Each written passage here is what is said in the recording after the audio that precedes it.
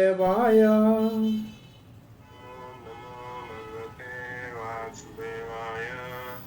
ओम नमो भगवते वासुदेवाय।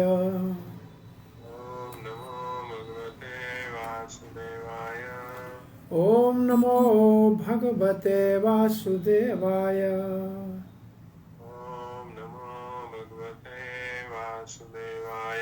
नारायणं नमस्कृत्यं नरं चैव नरोत्तमं देवीं सरस्वतीं व्यासं ततो जयमुदीरये। नष्टप्रायेषु भद्रेषु नित्यं भागवत सेवया भगवती उत्तमश्लोकिर्भक्तिर्भवती नैष्टिकी। कृष्णाय वासुदेवाय देवकी नंदनाय च नंदगोपकुमाराय गोविंदाय नमो नमः। जय श्री कृष्ण चैतन्य प्रभु नित्यानंद श्री अद्वैत गदाधर शिवासदि गौर भक्त वृंदा। हरे कृष्णा कृष्ण कृष्ण हरे हरे, हरे राम राम राम हरे हरे। हरे कृष्णा। प्रिय पंचशील भक्तवृंद, दामोदर देश भक्तवृंद, फेसबुक के भाग्यशाली भक्तों, श्रीमद् भागवत महापुराण के प्रार्थनाओं के अंतर्गत दक्ष प्रजापति ब्रह्मा जी का पुत्र भगवान शंकर का अपराध करने के कारण जिसका यज्ञ विध्वंस हो गया, जिसका सर काट दिया गया, अग्नि में आहुति डाल दिया गया, ब्रह्मा जी के प्रार्थना से शंकर जी संतुष्ट हो गए। दक्ष को पुनः जीवित किया और बकरे का सर लगाया। तो दक्ष भगवान शंकर की प्रार्थना कर रहे हैं। इनका कल हम चौथे स्कंद के 7वें अध्याय में श्रवण कर रहे थे। दक्ष प्रजापति वैसे तो शंकर जी का ससुर है, ब्रह्मा जी का पुत्र है और नाम ही दक्ष है। दक्ष का मतलब है एक्सपर्ट। परंतु अपराध हो गया, वैष्णव अपराध हो गया, शंकर जी का अपराध हो गया। तो अब अपने की क्षमा याचना मांगते हुए कह रहा है। कल ये श्लोक हम पढ़ रहे थे। दक्ष वाच भूयामनुग्रहो भवता कृतो मे दंड त्वया मयि भृतो यदपि प्रलब्धः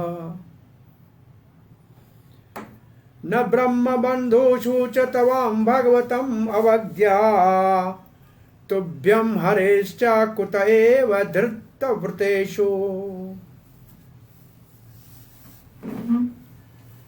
ये दक्ष जी की प्रार्थना का भाव है जो कल हमने इसका पढ़ा था। अनुवाद ये है, यद्यपि प्रलब्ध पुराभूतमयः। दक्ष प्रजापति ने कहा, यद्यपि मैंने आपका अपमान किया था, किंतु आप उसके बदले में मुझे शिक्षा देने के लिए दंड का ही विधान किया। आपने मेरी उपेक्षा नहीं की, मेरे को निकाल नहीं दिया अपने प्रिय भक्तों में से। ये आपके लिए उचित है। आप और श्री हरि विष्णु दोनों ब्रह्म बंधु, इसका मतलब आचारहीन ब्राह्मणों को भी उपेक्षा नहीं करते। इसका मतलब भगवान विष्णु और ब्रह्मा जी, ब्रह्म बंधु का मतलब ब्राह्मण के घर में जन्म हुआ लेकिन ब्राह्मण के संस्कार नहीं है, उनको भी आप त्यागते नहीं हो। तो फिर मुझ जैसे यज्ञ आदि कर्म करने वालों को आप कैसे भूल सकते हो। ये है इस श्लोक का भाव जो श्रीधर स्वामी ने दिया है। हे भगवान, यद्यपि मैंने आपका अपमान किया था, किंतु उसके बदले मुझे शिक्षा देने के लिए आपने मुझ पर दंड का विधान किया। तो ये आपकी कृपा है। इस तरह से आपने मुझ पर बहुत बड़ी कृपा की। आप तथा श्री हरि दोनों ही आचारहीन ब्राह्मणों की उपेक्षा नहीं करते, तो फिर यज्ञ आदि कर्म करने वाले हम लोगों को कैसे भूलेंगे। ये शंकर जी के महान चरित्र, हरि और शंकर, हरि और हर दोनों का जो उत्तम चरित्र है, जो कभी त्यागते नहीं है ब्राह्मणों को, चाहे वो आचारहीन हो। तो इसके कल हमने चक्रवर्ती पाद का भाव पढ़ा था, श्रील प्रभुपाद का अनुवाद पढ़ रहे थे। श्रील प्रभुपाद जी लिखते हैं,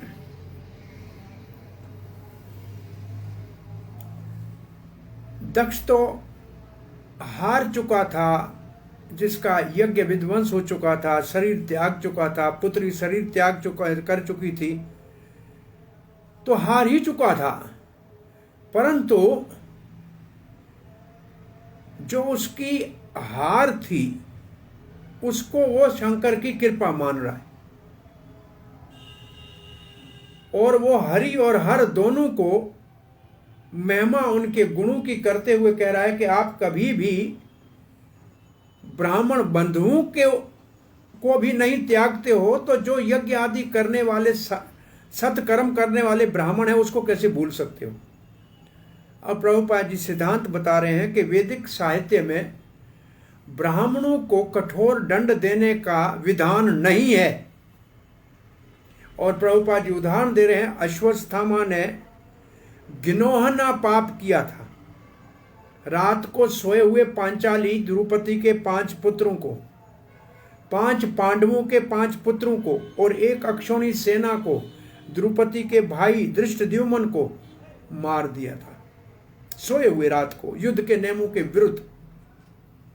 अर्जुन उसको पकड़ के लाया, लेकिन भगवान श्री कृष्ण ने कहा ब्राह्मण को दंड नहीं देना चाहिए, मृत्यु दंड नहीं दे सकते, ये शास्त्र का विधान है, तो नहीं मारा। तो वही बात प्रभुपाद जी कह रहे हैं। तो यहां ब्राह्मण बंधु बहुत महत्वपूर्ण शब्द है।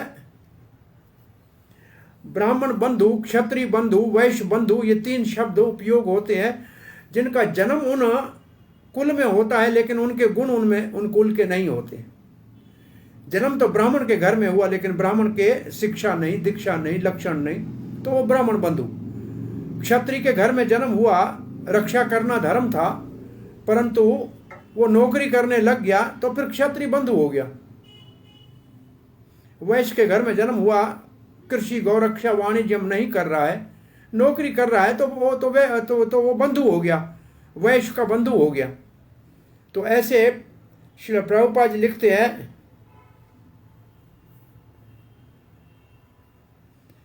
कि यहां ब्रह्मा जी के पुत्र होने का सौभाग्य प्राप्त करने के बाद भी दक्ष अपने आप को ब्राह्मण बंधु कह रहा है। मैं ब्रह्मा जी का पुत्र हूं, परंतु मैंने एक महान वैष्णव महादेव, देवों के देव का अपमान किया, तो मैं निश्चित रूप से पूर्ण ब्राह्मण के गुणों से मेरे में वे गुण प्रकाशित नहीं है। प्रभुपाद लिखते हैं, दक्ष को जो दंड दिया शंकर जी ने, वो शत्रुता के भाव से नहीं दिया, उसको सुधारने के लिए दिया। यह उनकी कृपा है। और ऐसे दक्ष जी मान रहा है। और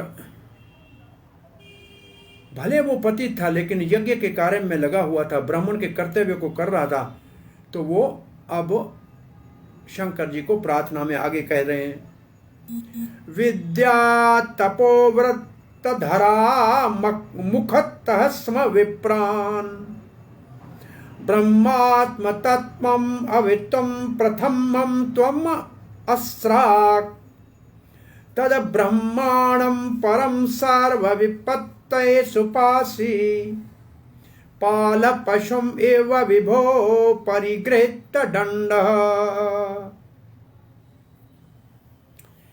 शंकर जी को कह रहे हैं कि ब्रह्मा जी ने पहले आपका प्रकट्य किया और ब्राह्मण जो भगवान के मुख से उत्पन्न हुए हैं, जिनका काम है विद्या, तप, व्रत का धारण करना, उनकी रक्षा करना, ये आपका मुख्य काम है शंकर जी। आपका नाम ही पशुपति है, हे पशुपति नाथ। तो हम हैं पशु जैसे, मानव है लेकिन पशुकृत करते हैं, उनको आप मार्ग पे लाते हैं। तो आपका ये जो दंड है, आप अपने हाथ में दंड रखते हैं कि जैसे पशु को, गाय को चराने वाला हाथ में लाठी रखता है। कृष्ण गोपाल है, हाथ में लाठी है, मारने के लिए नहीं, लेकिन वो लाठी से ही मानते हैं। तो यहाँ इसका भाव ये है, श्रीधर स्वामी के शब्दों में, हिंदी में इसका भाव पढ़ते हैं।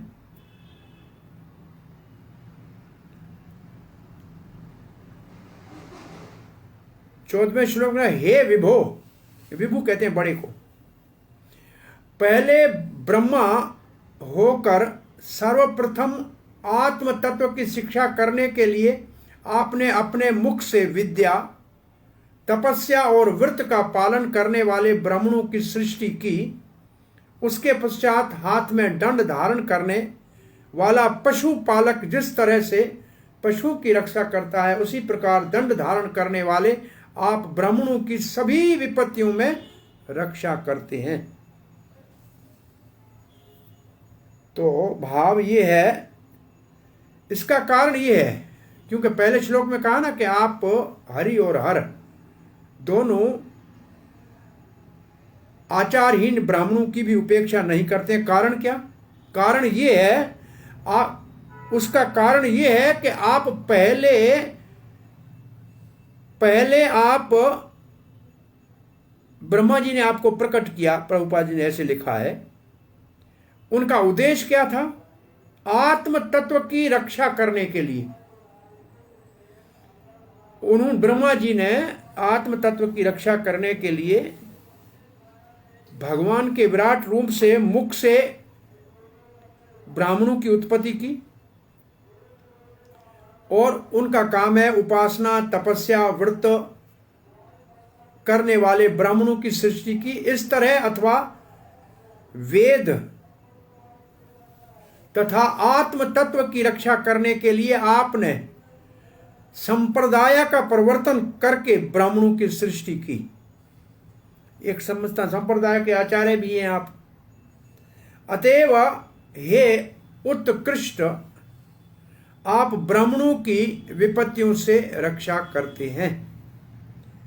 तो ये जो भाव है, ये है श्रीधर स्वामी जी का। श्रील प्रभुपाद जी लिख रहे हैं, हे मेरे प्रिय शक्तिशाली शंकर जी, आप ब्रह्मा जी के असल में मस्तक से प्रकट हुए, आंखों के बीच में से प्रकट हुए हैं। लिखा है मुख से प्रकट हुए हैं। काय के लिए? ब्राह्मणों की रक्षा करने के लिए। कैसे ब्राह्मणों की रक्षा करने के लिए? जो विद्या का अध्ययन करते हैं, वेद विद्या का अध्ययन करते हैं, तपस्या करते हैं, व्रत धारण करते हैं जीवन में। कौन सा व्रत धारण करते हैं? आत्म साक्षात्कार का, आत्म तत्व को समझने का, उनकी रक्षा करते हैं आप। ब्राह्मणों के रक्षक के रूप में आप सदा ही ब्राह्मण के जो नियम है समाज में, उनकी रक्षा करते हैं। कैसे रक्षा करते हैं? उदाहरण देते हैं। जैसे पशुपाल, ग्वाला अपने पशुओं की रक्षा करने के लिए हाथ में दंड धारण करता है, गाय की रक्षा के लिए। तो चक्रवर्ती पाद लिखते हैं, आपने पहले ब्राह्मणों की उत्पत्ति की, जो ज्ञान अर्जन करने में, तपस्या करने में, व्रत धारण करने में लगे हुए हैं, वो आपके मुख से निकले। ये भगवान विराट रूप पुरुष से मुख से ही निकले हैं।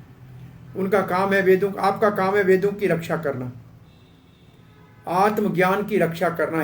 हे स्वामी, इसलिए ब्राह्मणों के ऊपर जब विपत्ति आती है तो निश्चित रूप से आप उनकी रक्षा करते हैं, दंड हाथ में धारण करके पशुपाल के रूप में। ये श्लोक है कारण। क्या कारण? ब्राह्मणों की क्यों रक्षा करते हैं आप, ब्राह्मणों की क्यों उपेक्षा नहीं करते हैं? क्योंकि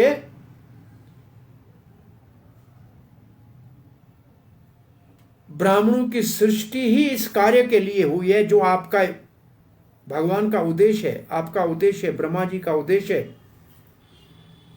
ब्राह्मणों को वेदों की रक्षा के लिए, आत्मज्ञान की रक्षा के लिए ब्राह्मणों की सृष्टि की है। इसलिए आप ब्राह्मणों के रक्षक हैं। हम तो पशु के समान हैं और आप हमारे पशुपाल हैं।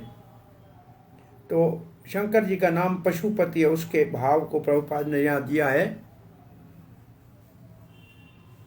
प्रभुपाद जी कहते हैं मानव समाज का विशेष कार्य वर्ण आश्रम से ऊपर एक है मन और इंद्रियों को संयम में रखना और शास्त्र के नियमों का पालन करना।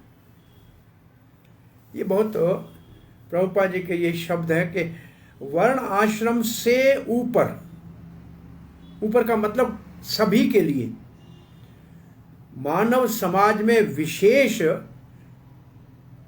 शास्त्रों के नियमों से मन और इंद्रियों को संयम में रखना चाहिए। तभी तो मानव है, नहीं तो पशु है। मानव ही तब है जब नियमों का पालन करे। उदाहरण देते हैं, लाल बत्ती लगी हुई है रोड के ऊपर, गाड़ी में आप जा रहे हैं, मानव है तो खड़े करेंगे, लेकिन गधा है लाल बत्ती के ऊपर खड़ा नहीं होता है, बकरी खड़ी नहीं होती है। और ऐसे बहुत से गधे बकरी जैसे आदमी हैं जो लाल बत्ती के खड़े नहीं होते, चले जाते हैं। तो ये नियमों का उल्लंघन तो करते ही हैं लोग। आप देख लीजिए, कई बार हम जानने अनजाने में नियमों का उल्लंघन करते हैं, परंतु मानव समाज का विशेष कार्य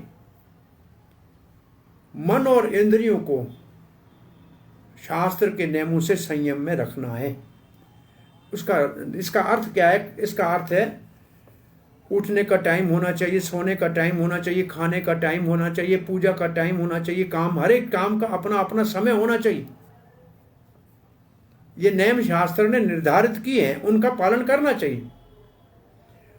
और यहां प्रभुपाद जी कहते हैं शंकर जी को पशुपति कहा गया है। ये पशुपतिनाथ का तो विशेष मंदिर नेपाल में बहुत बड़ा प्रसिद्ध है। तो भगवान शंकर का ही मंदिर है, उसको पशुपति कहते हैं। उसका अर्थ ये है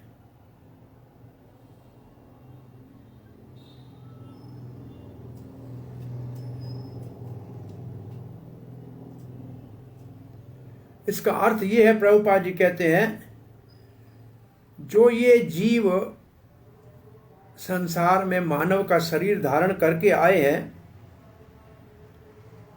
जिनकी चेतना विकसित है, जिनको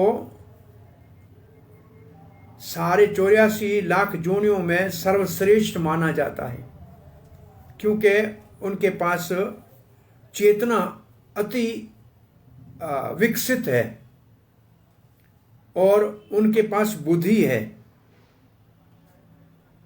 तो उनकी रक्षा करे कैसे? वेदों के नियमों से वर्ण आश्रम में के अंतर्गत उनकी रक्षा करे। ये शंकर जी का कार्य है।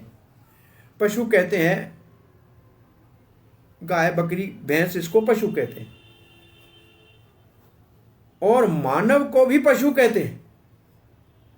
वो 4 पांव वाला है, मानव 2 पांव वाला है।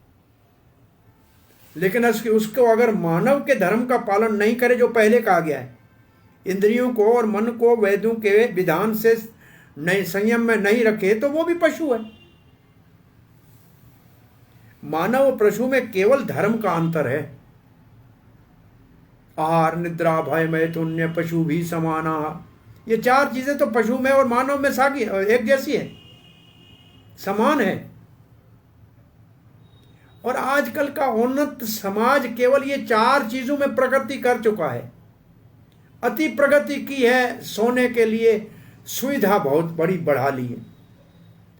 गर्मियों में हीटर है तो सर्दियों में एयर कंडीशनर है, गधे के ऊपर गधा है, फिर भी गोलियों से नींद नहीं आती है, लेकिन प्रयास नींद के प्रगति का कर रहा है, भोग की प्रगति का कर रहा है। खाने के लिए तो गली में खड़े खड़े ठेलों के ऊपर पशु की तरह खा रहा है, खाने का ही काम कर रहा है। रक्षा के लिए तो एक देश दूसरे देश का विनाश कर रहा है रक्षा के नाम में, परंतु धर्म के नाम में सारे ही पढ़े लिखे बुद्धिमान बहुत बड़े PhD MBA BBA जो भी है, पहले नंबर के मूर्ख हैं आध्यात्मिक और धर्म की शिक्षा के विषय में।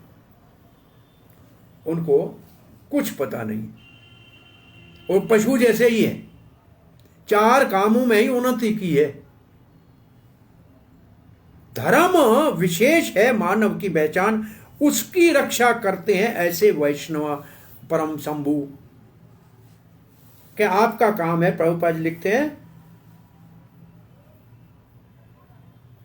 ऐसे जो पशु वृत्ति के मानव हैं उनको डंडा लेके शंकर जी धर्म के मार्ग में चलाने का विशेष कार्य करते हैं।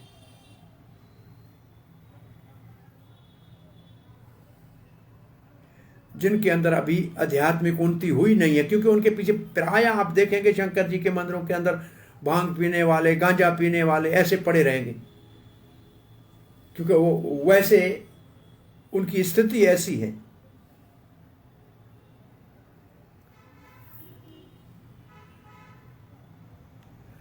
अब प्रभुपाद जी कहते हैं ये शास्त्र में लिखा है कि ब्राह्मण भगवान के मुख से, क्षत्रिय भुजाओं से, उदर पेट से और क्षुदर चरणों से उत्पन्न हुए हैं।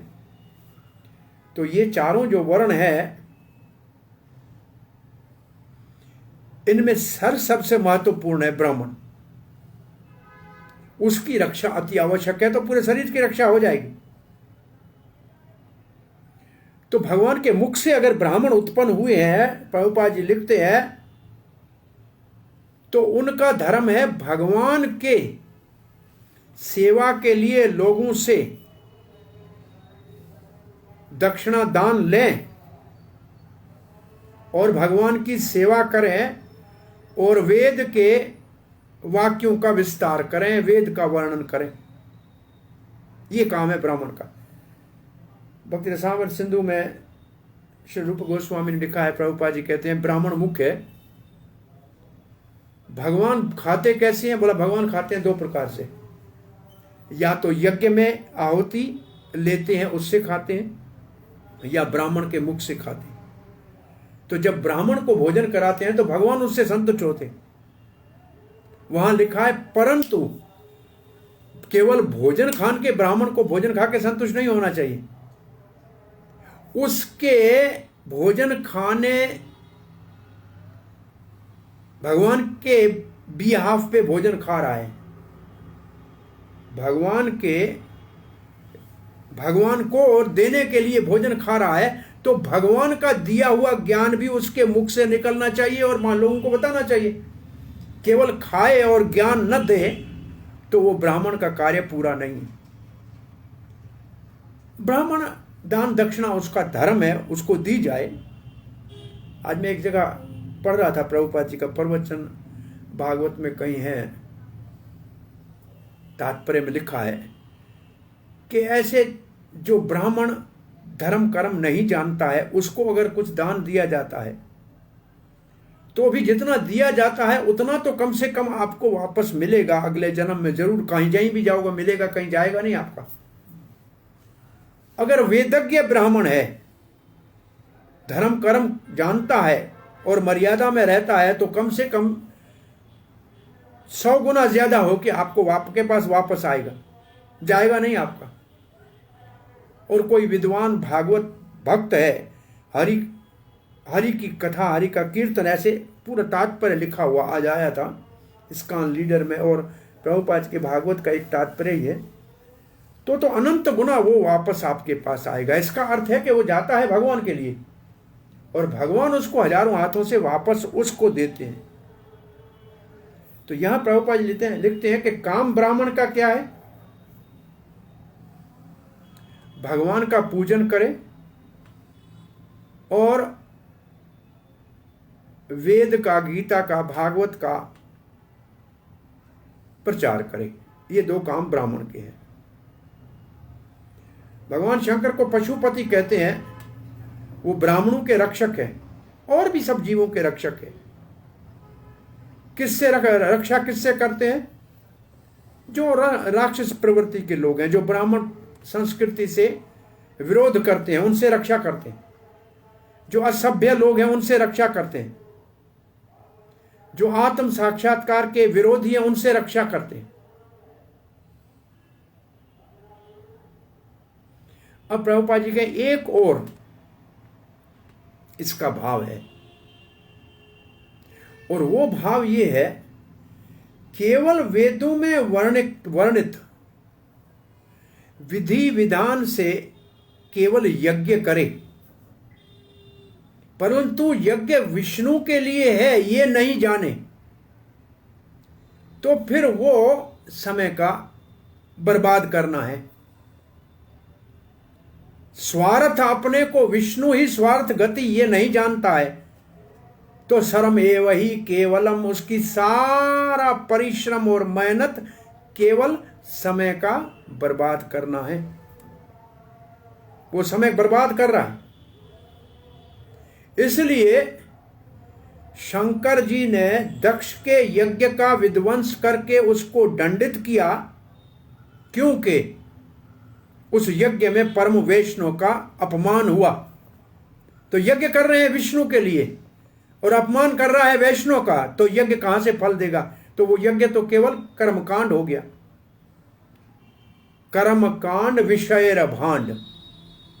विषयर भांड का मतलब है इंद्रियों के तृप्ति के लिए सारे कार्य हो रहे हैं, अपने प्रतिष्ठा और मान सम्मान के लिए कार्य हो रहे हैं, भगवान की प्रसन्नता के लिए नहीं हो रहे हैं। तो शंकर जी ने दंडित करके इस यज्ञ का विध्वंस किया। यज्ञ बहुत बड़ा, दक्ष बहुत बड़ा अपराध कर रहा था। प्रभुपाद जी लिख रहे हैं किसके प्रति? शंकर जी के प्रति।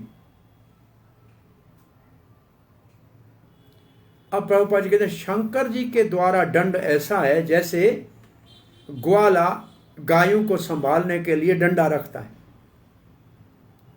तो हाथ में डंडा रखता है पशु गाय को डराने के लिए, मारने के लिए नहीं। जो ग्वाला है मारेगा नहीं। ये रास्ते में गाय को देख के असुरी प्रकृति की ओर को डंडा मारेंगे, लेकिन ग्वाला मारेगा नहीं, पास में मारेगा, नीचे रोड पे मारेगा, गाय को नहीं मारेगा। अब प्रभुपाद जी एक सिद्धांत बता रहे हैं कि करनी रक्षा है गाय की, लेकिन गाय को हम समझा नहीं सकते, तर्क वितर्क दे के नहीं कह सकते कि तुम ऐसे करो वैसे करो, बस केवल डंडा दिखा के ही उनको सीधे रास्ते पे चला सकते। ऐसे प्रभुपाद जी लिखे हैं। उसके लिए कोई कारण दें कि आप ऐसे मत करो, ऐसे नहीं समझ पाएगा। कारण से वो नहीं समझेगी, तर्क से नहीं समझेगी। और ये तर्क और ऐसे कारण उनके लिए तो वैरत हैं। हाथ में डंडा नहीं है तो वो नहीं मानेंगे। जैसे वृंदावन में जो भी यहाँ रहते हैं सदा के लिए, उनको मालूम है घर से बाहर निकलना है तो डंडा हाथ में लेना है। काय के लिए? बोला ये बंदर जरूर कहीं से आएगा, डंडा हाथ में होना चाहिए, मारना नहीं है। डंडा हाथ में होगा, वो नजदीक नहीं आएगा। वो डंडे की भाषा जानते हैं, और कोई भाषा जानते ही नहीं है पशु। ये जो ताड़ना है पशु के लिए, डंडे की भाषा वो जानते ही है, मारते नहीं है, लेकिन उसी से वो डरते हैं। ये बंदर को घुमाने वाला भी हाथ में लाठी रख के घुमाता है, नचाता है तो भी लाठी हाथ में रख के आता है। सारे पशुओं को जो शिक्षित करते हैं वो भी लाठी हाथ में रखते हैं। उनको कोई पुस्तक नहीं है, कोई किताब है क्या कि जिसको पशुओं को पढ़ाया जाए कि इस तरीके से सुधर जाओगे? नहीं। तो प्रभुपाद जी कहते हैं इस प्रकार से जो पशु वृत्ति के मानव है उनके लिए भी दंड आवश्यक है। वैसे समाज में शास्त्र के अंतर्गत ये शिक्षा है कि किसी ब्राह्मण को समझाना है तो शास्त्र के तर्क देकर, शास्त्र का मार्ग बताकर उसको कहोगे कि शास्त्र में ऐसे, तो ब्राह्मण मान जाएगा। क्षत्रिय को समझाना हो तो बल दिखाना पड़ेगा कि हमारे पास इतनी सारा बल है, इतना अस्त्र शस्त्र है, अब तुम्हारी मर्जी, मानता है तो मानो, नहीं तो युद्ध होगा, तो क्षत्रिय समझ जाएगा। वैश्य को समझाना है तो धन दिखाना पड़ेगा, तुम्हारे से मेरे पास ज्यादा है।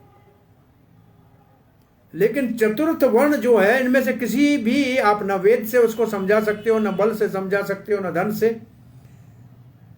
उसको तो काम में चल लगाने के लिए ताड़ना ही आवश्यक है। You can only preach by that.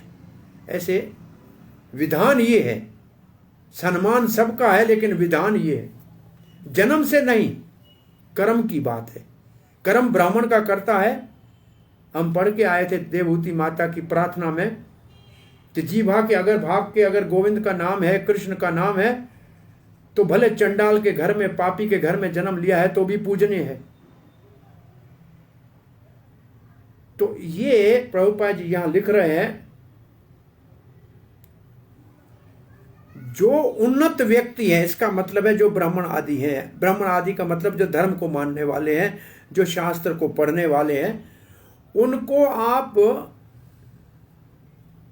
कोई कारण बताओगे कि ये कारण है इसलिए ऐसे करना चाहिए तो मान लेंगे। उनको कोई सिद्धांत बताओगे, कोई तर्क बताओगे, कोई शास्त्र का प्रमाण दोगे तो मान लेंगे। परंतु ये पशु बुद्धि वाले ऐसे नहीं मान सकते। कौन से प्रभुपाद के? वो जो लोग केवल वेदों में कर्म कांड के विधि विधान, पूजा पूजन में ही विश्वास रखते हैं, उससे आगे भक्ति करके भगवान को पाने के मार्ग में अग्रसर नहीं होते हैं, उसको भी पशु समझना चाहिए। वो भी पशु के स्तर पे है। पूजा पाठ करते हैं रोज। अब सच कहते हैं, बहुत से लोग दुकान में जाते हैं, पहले अगरबत्ती चलाते हैं, घर में दुकान में फोटो रखा है, अगरबत्ती जलाते हैं। ये हमने आश्चर्यजनक देखा है कि जो जिस मार्केट में फोटो किसका रखेंगे, उस एरिया का जिसको लोग मानने वाले हैं उसी का रखेंगे। किसको वो मानते हैं कोई पता नहीं। जो विशेष वहां लोग जो जिसको मानने वाले हैं उसी का फोटो रख देंगे, एक नहीं 4-5 रख देंगे। अगरबत्ती भी करेंगे, लेकिन उनका मतलब नहीं है कोई उनसे, उनका मतलब धंधे से, अपना लाभ किसमें है। तो ऐसे जो व्यक्ति हैं वो देखने में धर्म का काम कर रहे हैं, परंतु वो धर्म को जानते नहीं है, धर्म के रहस्य को जानते नहीं है, धर्म के महत्व को जानते नहीं है, धर्म के परम लक्ष्य को जानते नहीं है। और प्रभुपाद जी का परम लक्ष्य है आगे उनको बढ़कर भक्ति के मार्ग से कृष्ण भावना भावित होना चाहिए, नहीं तो पशु के स्तर पर ही रहेंगे, उनकी सारी मेहनत बेकार चली जाएगी। भगवान शंकर ऐसे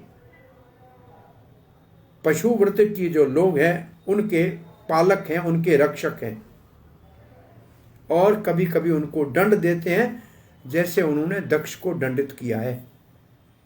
अब हम 15वां श्लोक पढ़ने जा रहे हैं। यो असो मया विदिता तत्वदृशा सभायाम क्षिपितो दुरोक्ति विशिकै विघन्या तनमा अरवाक पतंतम अहरतम निंदया तपा निंदया पाद दृष्टया अर्धरया स भगवान स्वकृते न तुष्यते। दक्ष जी क्षमा याचना के लिए अपने अपराध को स्वीकार कर रहे, पश्चाताप भी कर रहे, और शंकर जी को संतुष्ट करने के लिए प्रार्थना भी कर रहे। मया मेरे द्वारा विदित तत्व, आपके तत्व को, आपकी महिमा को, आपके महत्व को नहीं जानता था। आप महादेव हैं, आप परम वैष्णव हैं, आप गुण अवतार हैं, आप वैष्णव संप्रदाय के प्रवर्तक हैं, मैं नहीं जानता था। मया अविदित, विदित का मतलब जानना, अविदित का मतलब मैं अनजान था, नहीं जानता था, तत्व आपके विषय में तत्व दृष्टा नहीं था। तो मैंने क्या किया, सभायाम क्षपतो दुरोक्ति, विषय के सभा में सबके सामने देवता खड़े थे, ब्राह्मण खड़े थे, ऋषि खड़े थे, यज्ञ का वातावरण था, मैंने वचनों के बाण से आपका अपमान किया, वाणी का बाण चलाया, क्षमत द्रोक्ति विषिकई, विषिक मतलब बाण, मैंने दुरुक्ति कहते हैं कठोर वचन, निंदा करने वाले वचन, उसके बाण चलाए मेरे द्वारा आपको। और अरवाक पतंतम अहरतम, अहरतम आप कैसे हो, अहरतम, अहरण कहते हैं पूजा, अहर अहर अहर अहरतम, आप तो सर्वश्रेष्ठ पूजन्य हैं। अरवाक पतंतम, अरे आप पूजन्य का अपराध करने के बाद मैं तो कहीं नरक में पड़ा होता और वहां से कभी निकल भी नहीं सकता था। अरवाक पतंतम का मतलब मैं तो नरक की तरफ जा रहा था, मेरा तो कभी उद्धार नहीं हो सकता था, परंतु निंदया पाठ, आपके चरण कमलों की निंदा किया तो मेरा उद्धार कैसे हो सकता था। दृश्यार्दया अच्छा भगवान, परंतु भगवान हे दयालु, आप दयालु हैं। आर्दरया, आर्दरया, आर्दरया मतलब आप बड़े दयालु हैं, आपने दया की, स्वकृतेन आपने दया की, मेरे को दंड किया, दंड दे दिया तो मैं नरक में जाने से बच गया। अब आप अपने इस उत्तम दया के कार्य से ही संतुष्ट हो जाओ, मैं आपको कैसे संतुष्ट, स्वकृतेन तुष्यत, आप ही अपने इस उत्तम कार्य से तृप्त हो जाओ, मैं आपको तृप्त कर सकूं, मुझ में सामर्थ्य नहीं है, मैं अपराधी हूं, मैं पश्चाताप कर रहा हूं। तो यहां शंकर जी के सामने दक्ष अपने अपराध को मान रहा है और उनकी दया की प्रशंसा कर रहा है।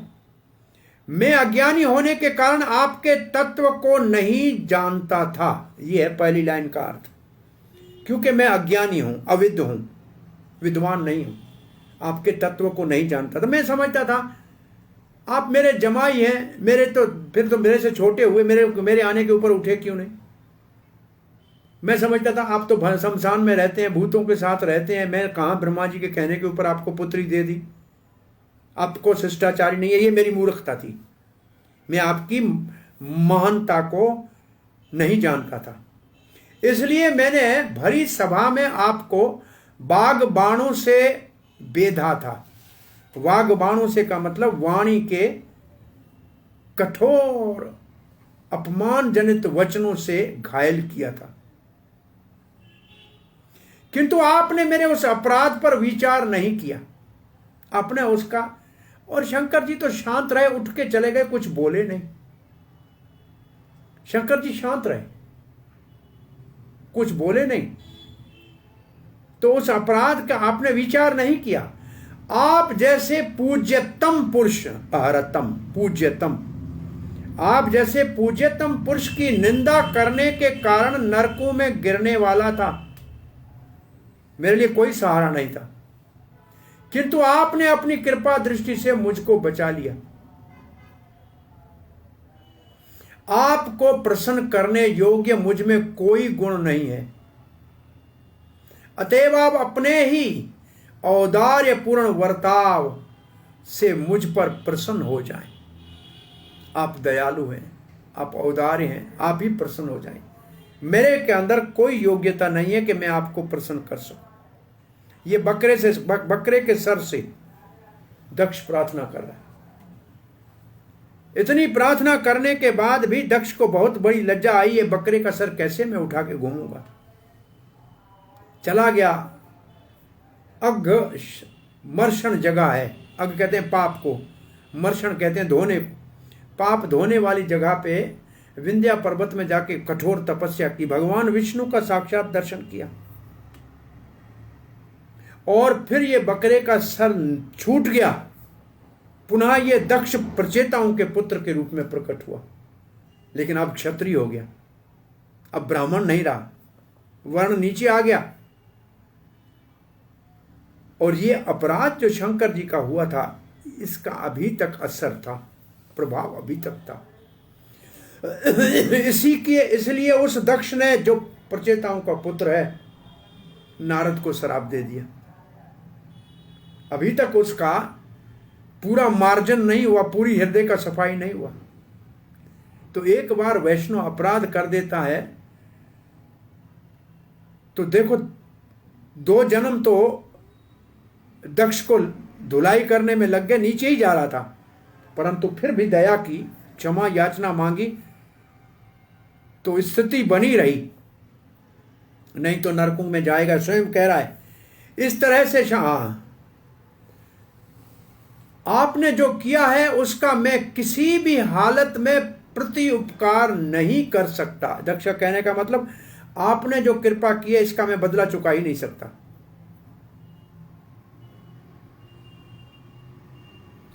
इस बात को दक्ष प्रजापति ने यौ असौ इत्यादि श्लोक जो ये है इसमें कहा है।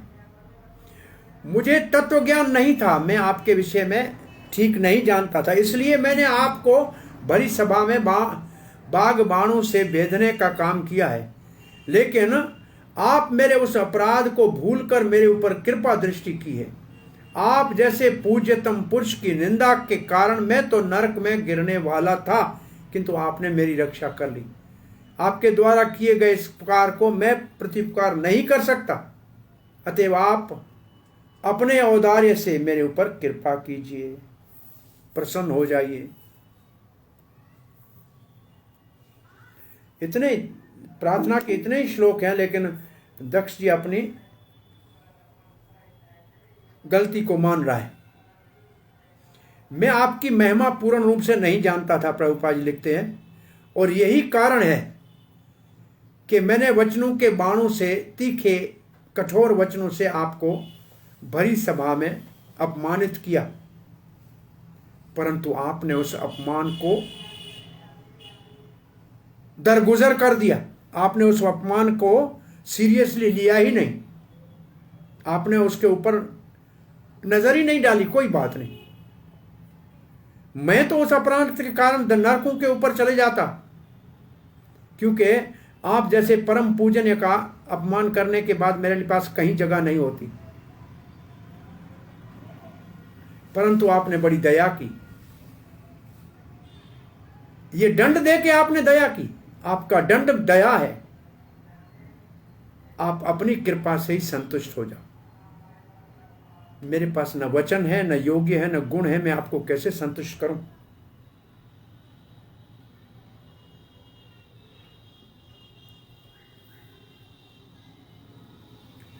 दक्ष कहता है मैं प्रायश्चित नहीं कर सकता। प्रायश्चित का मतलब है जब कोई पाप करता है तो उसका प्रायश्चित किया जाता है।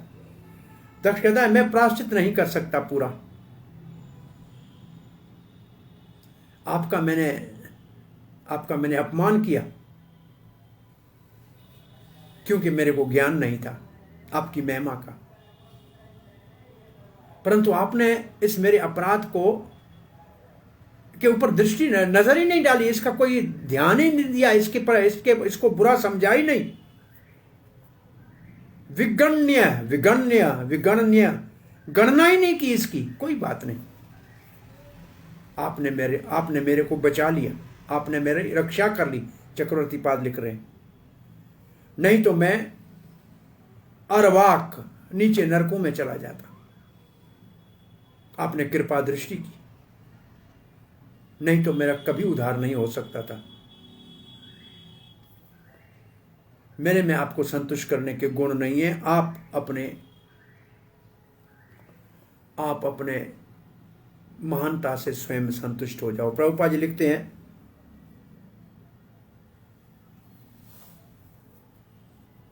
प्रभुपाद जी दक्ष का पक्ष ले रहे हैं। प्रभुपाद जी कहते हैं सामान्य रूप से जो भक्त होता है उन्नत भक्त होता है। वो जीवन में कैसी भी परिस्थिति आए भगवान की कृपा मानता है।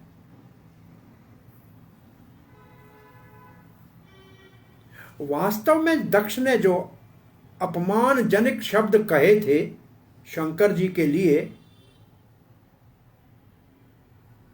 उनके परिणाम स्वरूप दक्ष तो नरकों में जाना ही था, परंतु भगवान शंकर ने उनको दंडित करके उनके अपराधों को धो दिया। इसलिए कहावत है, कहावत क्या, वेद का वाक्य है कि राजा का धर्म है अपराधी को दंडित करे, नहीं तो दूसरे जन्म में उसको नरक भोगना पड़ेगा। अगर वो यहीं अपना दंड भोग लेगा तो नरक से बच जाएगा, ये राजा का धर्म है। और यहां शंकर जी को पशुपाल कहा गया है, रक्षक कहा गया है। अगर वो यहां दंड दे के उनको नरक से नहीं बचाएंगे तो नरक से वो कैसे बचेंगे?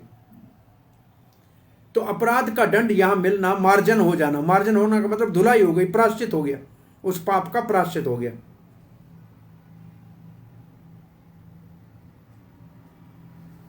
और दक्ष ये अनुभव कर रहा है, दक्ष का ये अब समझ में उनके आ गया है कि उन्होंने मेरे ऊपर दया की है।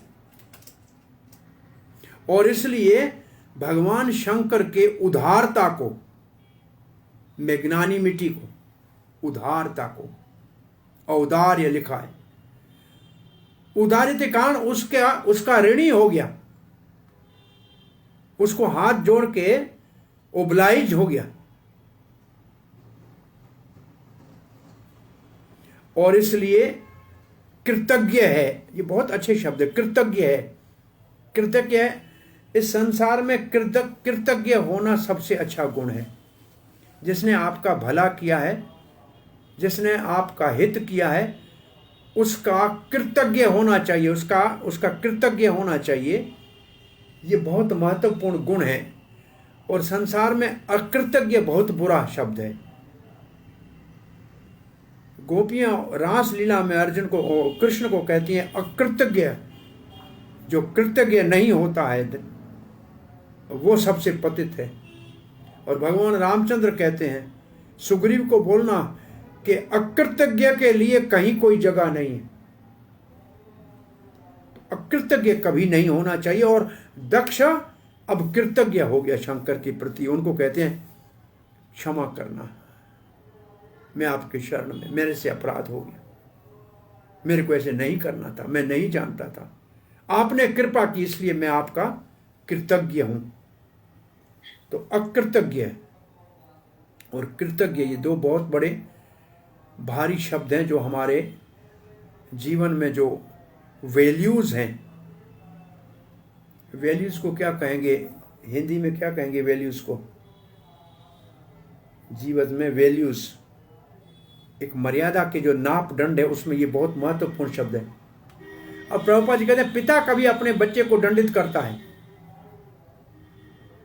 जब बच्चा छोटा होता है तो समझता है पिताजी मुझे बहुत कष्ट दे रहे हैं, खेलने नहीं जा रहे, नहीं दे रहे हैं, टीवी नहीं देखने रहे, सारा दिन डंडा उठा के कहते हैं पढ़ो, बाहर घूमने नहीं जा रहे हैं, देने जा रहे हैं।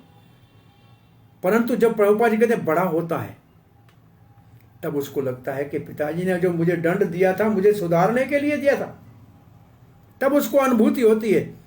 और हम आज जानते हैं सभी आप लोग, हमारे जब बच्चे हो गए तब हमको पता लगता है कि हमारे पिता ने अच्छा किया था, लेकिन तब तक देर हो गई। हमारे बच्चे ये नहीं समझ पा रहे हैं कि हम अच्छा कर रहे हैं उनके लिए। हम जो कर रहे हैं अनुभव से कर रहे हैं, क्योंकि हमारे से जो हुआ था हमने ठीक नहीं समझा था, अब हम समझते हैं वो ठीक था।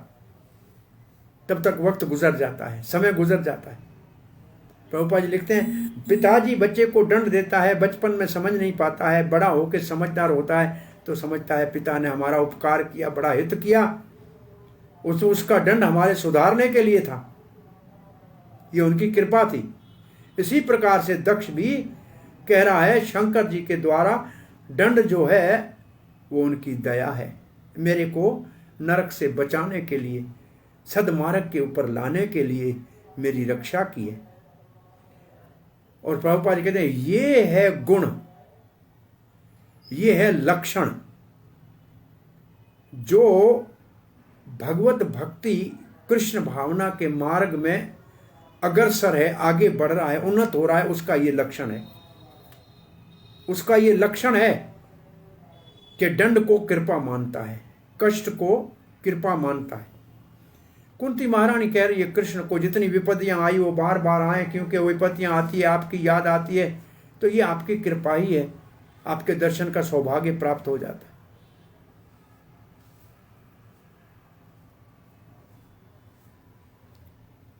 प्रभुपाद लिखते हैं, अभी हमारे को शिक्षा दे रहे हैं दक्ष को छोड़ के, कि जो कृष्ण भावना में भक्त हैं वो कभी भी दुखदायक संसार के समस्याओं को, परिस्थितियों को निंदा उनकी नहीं करते हैं। कहते हैं भगवान ने ये भेजी हैं तो कहीं ना कहीं इसमें हमारा हित होगा, क्योंकि भगवान किसी का अहित करता ही नहीं। तो हम भक्तों के लिए शिक्षा है कि परिस्थितियां कैसी भी आए, संकट संसार में आते रहते हैं, बीमारी आएगी, दुख आएगा, झगड़े होंगे, कोई विरोध करेगा, परंतु उसके पीछे भगवान का हाथ देखें कि वो निश्चित रूप से हमारे को शुद्ध करने के लिए, हमारे को पक्का और पवित्र करने के लिए ऐसे कर रहे हैं। ऐसे प्रभुपाद जी कहते हैं उन्नत कृष्ण भावना में भक्तों के ये लक्षण है। He accept the miserable condition to be the grace of the Lord. एक महात्मा थे, उसको हार्ट अटैक हो गया, तो पुराने जमाने में डॉक्टर ने कहा 15 दिन चारपाई से उठना नहीं है, बेड पे बैठे रहो। तो पहले जमाने में हिलना विलना कम होता था। तो कुछ लोग पूछने आए कि बड़ा महाराज बड़ा कष्ट है, तकलीफ हो गई। महाराज कहता है कितना भगवान ने कृपा किया है, चारपाई पे बिठा के खिला रहा है, पलंग के ऊपर बैठा हूँ, कोई खिला रहा है, कोई पिला रहा है, कोई सेवा करा है, कोई भगवान ने मेरे से कम किया है, कितना मेरा ध्यान रखता है। आया दुख है, लेकिन उसके पीछे देखता भगवान का हाथ है और उसकी कृपा के ऊपर दृष्टि जाती है। ये देखने का नजर हो कि इसके पीछे भगवान का हाथ है और हमारे हित के लिए है, तो सब मुश्किलों से पार हो जाएं। कोई मुश्किल हमारे को संसार में हिला नहीं सकती। अच्युत भगवान कभी अपने भक्तों की रक्षा में चूकते नहीं है, और भक्त इसी विश्वास के साथ हर कठिनाई को भगवान की कृपा समझकर संसार में मृत्यु के सर के ऊपर पांव रख के भी भगवान के धाम में चले जाते हैं, ऐसा लिखा। दक्ष कहता है इसलिए मुझे थोड़ा सा ही आपने दंड दिया है, ये तो कर्मों का कानून है, मैंने कर्म किया उसका मुझे दंड मिला, वो थोड़ा सा टोकन मिला है। इसको प्रभुपाद जी कहते हैं, उदाहरण में देते थे कि जज किसी को 100 साल, किसी को कहे कि 1 साल जेल में चले जाओ, या कहे कि 100 रुपया जुर्माना भर लो, तो ये जज के हाथ में है। ऐसे भगवान क्या करते हैं, जहाँ 100 जन्मों में जाना पड़ता है, वहां से थोड़ा सा 100 रुपये का दंड दे के भी उस भक्त का टोकन पनिशमेंट देते, थोड़ा सा नाम का पनिशमेंट आपने दिया है, परंतु मैं बड़ा अपराधी था, इससे भारी दंड मेरे को मिलना चाहिए था। तो ये आपकी तथाकथित छोटा सा दंड, ये तो मेरे लिए उपहार है, इसने मेरे को सुधार दिया। ऐसे दक्ष ने कहा। तो फिर मैत्रेय जी कहते हैं शंकर जी संतुष्ट हो गए। क्षमाप्येवं समीढवांसं ब्रह्मणा चानो मंत्रितः। ऐसे जब क्षमा याचना मांगी, मैत्रेय जी कह रहे हैं शंकर जी ने क्षमा कर दिया दक्ष को, और फिर ब्रह्मा जी और शंकर से आज्ञा लेकर उन्होंने यज्ञ आरंभ किया। अब यज्ञ की आहुति जैसे डालेंगे भगवान विष्णु प्रकट हो जाएंगे। ब्रह्मा और शंकर जी तो खड़े हैं, और जैसे ही यजमान के हाथ में पुरोहित भगवान विष्णु के लिए जो पायसम बनाया वो देगा, वो डालेंगे, पूर्ण आहुति, भगवान विष्णु प्रकट हो जाएंगे। और कुछ श्लोकों में भगवान विष्णु के रूप का वर्णन है, और फिर दक्ष विष्णु की प्रार्थना करता है, उसका वर्णन है। ये कथा कल यहाँ से आगे शुरू होगी। हाँ, वैष्णव यज्ञ संततई वैष्णव यज्ञ। यज्ञ कैसा था? वैष्णव, भगवान विष्णु के लिए यज्ञ हो रहा था। त्रय कपालम द्वैतोत्तम, द्विजो उत्तम, अति उत्तम ब्राह्मणों ने 3 जो विशेष पात्र रखे थे स्वाहा के लिए डाले। प्रोढ़ाशम निरवपन वीर्य संसर्ग शुद्धये। तो ब्राह्मणों ने भगवान विष्णु को प्रसन्न करने के लिए जो पहले यज्ञ वीरभद्र के द्वारा विध्वंस हो गया था, अब पवित्र सब चीजें हो गई थी, उसको सुधार दिया। जो भूत प्रेत का प्रभाव था उसको हटा दिया, और फिर भगवान विष्णु के लिए उन्होंने आहुति डाली।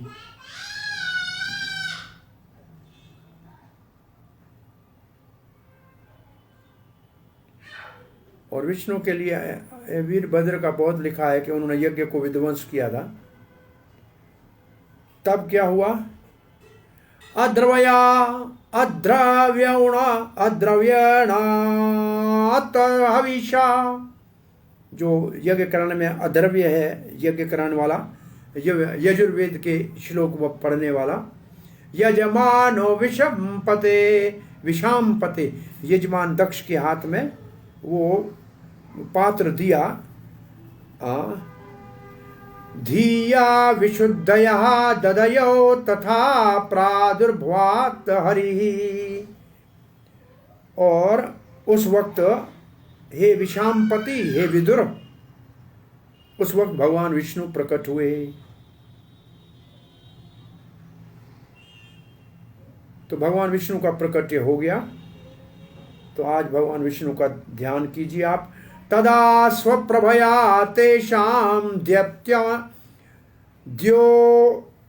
द्योतयन्तया दिशो दिशः मुष्णिं तेज उपानीतस्तारक्षेण स्तोत्रवाजिना। भगवान नारायण के प्रकट कैसे प्रकट हुए? स्तोत्र गरुड़, गरुड़ के कंधों के ऊपर बैठे थे। और गरुड़ का क्या लक्षण है? शब्द है स्व प्रभाव तेषाम उदा दिशो दिश मुष्णिम तेज उपान तारके न, तारका का पुत्र, तारके न तारका, तारक्षेण तारक्षा का पुत्र गरुड़। और स्तोत्र वाजिना, उनसे उनके जो दोनों पक्ष है ना, पर है पर, उनमें से साम और यजुर्वेद की ध्वनियाँ निकलती रहती हैं, तो उसके पक्षों को कहते हैं वेदवाणी, उससे निकलती है। उस गरुड़ के ऊपर आरूढ़ भगवान विष्णु वहाँ प्रकट हुए। और उनके आते हुआ क्या? उनके आते हुआ उनके प्रभाव से जो वहाँ देवता बैठे थे, ब्रह्मा आदि, वो जो पहले चमक रहे थे, भगवान के चमक के सामने उनकी चमक धीमी पड़ गई। सूर्य उग जाए तो रात वाले तारे और चंद्रमा नहीं दिखते हैं, तो ऐसे भगवान के आते ही सब दिशाएं दीप्यमान हो गई, प्रकाशमान हो गई। और जो ब्राह्मण और ब्रह्मा आदि अन्य देव थे, उनका प्रकाश धीमा पड़ गया।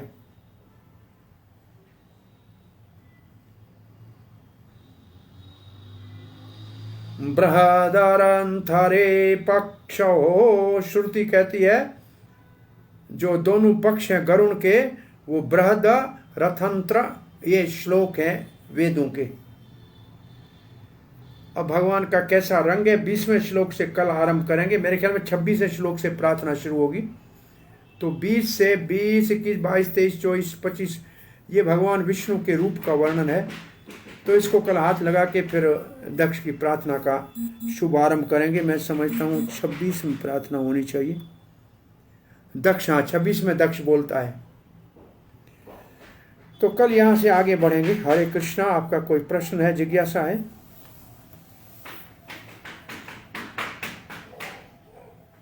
हरि बोल।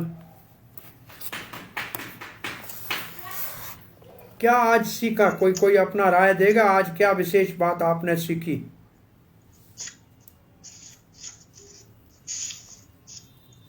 हरे कृष्णा। कोई प्रश्न, जिज्ञासा, कोई खास बात जो आपको बहुत अच्छी लगी हो, याद हो, ऐसे आती हो आज के कथा में? जो भी हमें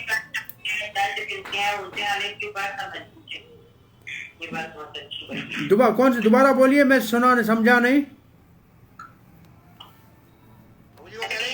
आपने कहा था ना, जब हमारे जीवन में कोई कष्ट आता है या हमें किसी प्रकार से, हाँ, ये सबसे अच्छा सीखना चाहिए कि जीवन में जरूर भगवान ने इस दुनिया को कहा ही दुखालय में, तो दुख आएंगे, लेकिन भगवान उसके पीछे हमारा मार्जन करके, हमको पवित्र करके अपनी सेवा के योग्य बनाएंगे। इसलिए उनसे घबराना नहीं चाहिए और उसको बड़ी उदारता के सहना चाहिए कि हम तो इससे ज़्यादा अपराधी थे, थोड़े में भगवान ने छोड़ दिया है। ये उन्नत वैष्णव की पहचान है। बहुत अच्छा, बहुत अच्छा। और कौन सा? हाँ जी, कृतज्ञ होना चाहिए। जीवन में कृतज्ञता सबसे उत्तम लक्षण है। हमेशा वो कहते हैं, हाथ जोड़ के कृतज्ञ होना चाहिए। ये बहुत अच्छा गुण है कृतज्ञता, ग्रेटिट्यूड। हाँ, दक्ष ने शिव जी की बहुत अच्छी तरह पूजा की, उनको समझाया कि मैंने मुझसे गलती हुई। दक्ष, हमारे देवकी नंदन जी तो आते हैं रोज क्लास में, साक्षात सामने प्रत्यक्ष कहते हैं। दक्ष से सीखना चाहिए कि अपनी गलती को स्वीकार करना चाहिए, तभी हम आगे बढ़ सकेंगे, तभी हमारा काम जो अधूरा है वो पूरा होगा। अपनी गलती को मानना भी एक महान व्यक्ति की पहचान है। अपनी गलती को मानना वाला महान है, जो अपनी गलती को छुपाता है वो कमजोर है। बहुत अच्छा। हरे कृष्णा प्रभु जी, प्रणाम। धन्यवाद बेटी। हाँ, इसमें शंकर जी ने जैसे सहन किया उस तरह हमें सहन करना चाहिए यदि कोई हमारे लिए गलत करते हैं। और देखिए सहना किसका चाहिए ये भी देखना चाहिए। ऐसे सिर्फ ऐसा भी बिल्कुल नहीं है कि अंधा सब कुछ सहना चाहिए। ऐसा दुर्योधन के द्वारा पांडवों के प्रति अपराध को भगवान श्री कृष्ण सह नहीं पा रहे थे। तो कहाँ सहना चाहिए, कहाँ नहीं सहना चाहिए, इसके लिए भी विवेक होना चाहिए। कहाँ सहना चाहिए, कहाँ नहीं सहना चाहिए, इसके लिए भी विवेक होना चाहिए। शंकर जी ने यहाँ विशेष रूप से ये कहा जा रहा है कि गुरुजनों के द्वारा, माता पिता के द्वारा अगर कोई ताड़ना की जाती है, दंड दिया जाता है, तो उसको सहना चाहिए, वो हमारे भले के लिए। शत्रु के द्वारा दिया जाता है तो उसका प्रतिकार करना चाहिए, उसको सहना तो मूर्खता है। हाँ, तो ये था, ये जहाँ जो प्रसंग है वो है जो हित करना चाहते हैं उनके दंड को कृपा मानना चाहिए। हरे कृष्णा। मेरे ख्याल में 10 मिनट ऐसे रोज रखने चाहिए एक दिन की क्लास में, जो हमारे को विशेष किसी को कोई चीज़ अनुभूति में आई हो, किसी को कोई अनुभूति में आई हो, तो वो एक दूसरे का सहायता हो जाए तो अच्छा है। नहीं तो चैट में हमारे ग्रुप में भी डाल सकते हैं, लेकिन आप बोलेंगे तो फिर आपको बोलना आएगा, तो फिर आप आगे प्रचार कर सकेंगे। हरे कृष्ण। धन्यवाद। श्रील प्रभुपाद की जय। गौर भक्त वृंद की जय। निताय